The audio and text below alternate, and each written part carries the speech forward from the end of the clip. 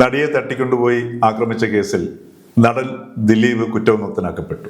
ദിലീപ് കുറ്റവിമുക്തനാകുമ്പോൾ അവശേഷിക്കുന്ന ഒട്ടേറെ ചോദ്യങ്ങളും ഒട്ടേറെ യാഥാർത്ഥ്യങ്ങളും കേരളീയ സമൂഹത്തിൻ്റെ മുന്നിലുണ്ട്.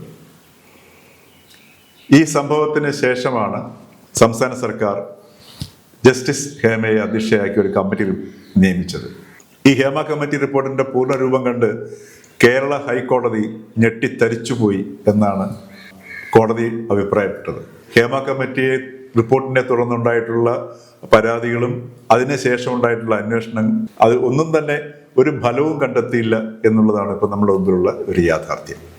ഇതിനകത്ത് നിന്നെല്ലാം മലയാളിയുടെ മുമ്പിൽ തെളിയുന്നത് സ്ത്രീകൾ ആക്രമിക്കപ്പെട്ടു കഴിഞ്ഞാൽ ആക്രമിക്കുന്നവർക്ക് സ്വാധീനവും പണവും ഉണ്ട് എന്നുണ്ടെങ്കിൽ യഥാർത്ഥ കുറ്റവാളി ശിക്ഷിക്കപ്പെടുന്നില്ല എന്നുള്ളതാണ്.